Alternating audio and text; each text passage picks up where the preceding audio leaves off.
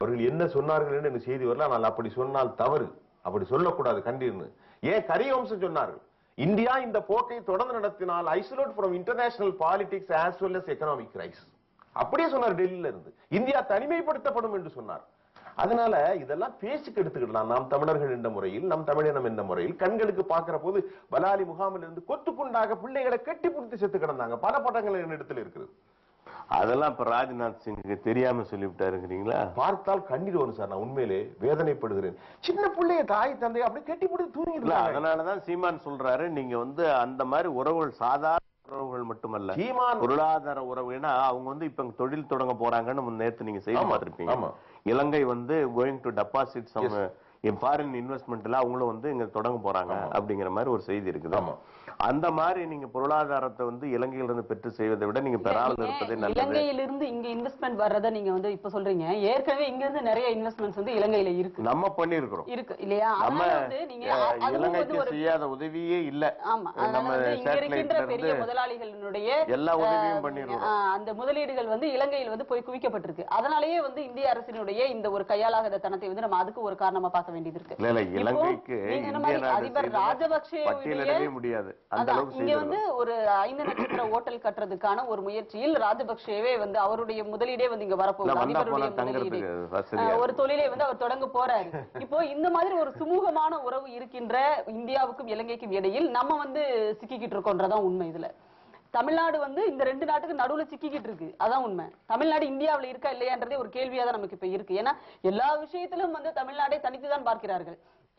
மீனவர் பிரச்சனையா இருக்கட்டும், அல்லது சார் சொன்ன மாதிரி ராஜ்நாத் சிங்கா இருக்கட்டும், பிஜேபியினுடைய இருக்கட்டும், இந்த மாதிரி இவர்கள் இலங்கை அப்படி பேசப்படாது, அது ஒரு இனப்படுகொலைன்னு சொல்லி இருந்தா அது தவறுன்னு சொல்லி அவர்கள் சொன்னார்கள்னு இப்ப சார் சொன்னார்.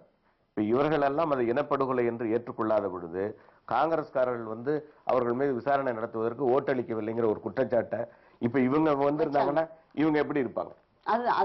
அதனாலதான் அவர் சொல்றாரு, பொருளாதார உறவு கூட வச்சுக்கூடாது அப்படின்றதே நாங்க சொல்ல மாட்டோம்னு இவங்க சொல்றாங்க. அதே மாதிரி அப்ப இனப்படுகொலை என்ற வார்த்தைக்கு எப்படி இவங்க வருவாங்க? சீமான் சொல்றது நல்ல உங்களுக்கு சரியா இருக்கிற மாதிரி தான் இருக்கு.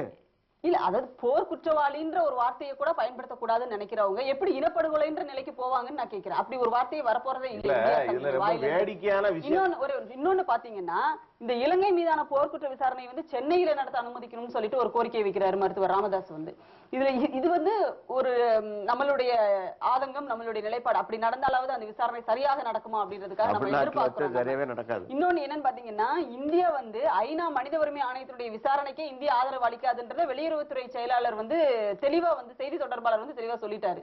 அப்படி இருக்கும்போது இது விசாரணையே நடக்குமோ நடக்காதோ, அதுக்கு இந்தியா ஆதரவு அளிக்குமா அளிக்காதான்ற ஒரு கேள்வியில் இருக்கும்போது நீங்க இதை சென்னையில் நடத்த வேண்டும் அப்படின்னு எதிர்பார்க்கிறது கொஞ்சம் நம்மளுடைய பேராசையினுடைய வெளிப்பாடாக தான் நமக்கு தெரியுது. இது உண்மையிலேயே இலங்கை பிரச்சனையாகட்டும், தமிழக மீனவர்கள் பிரச்சனையாகட்டும், இந்திய நாட்டினுடைய அனுமதி வேணும், பூரா தமிழகத்தினுடைய அனுமதி வேணும். இப்படி பல்வேறு சிக்கல்கள் இருக்கு.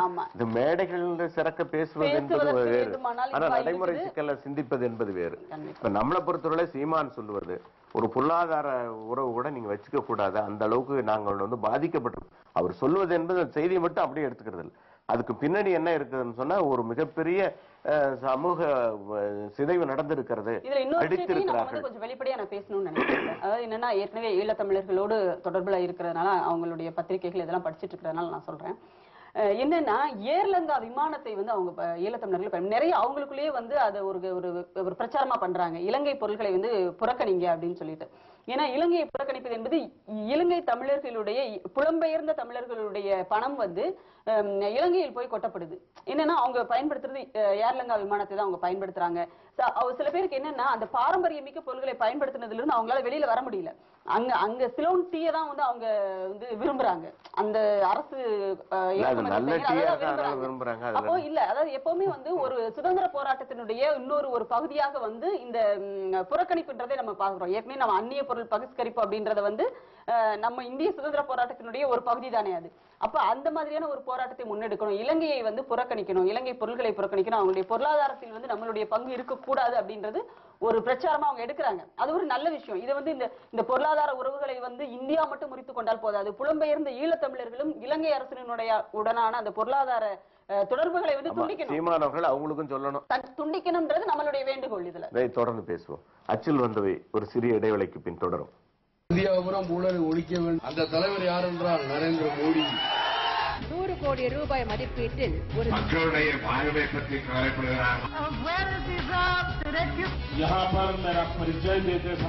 We're more than happy to talk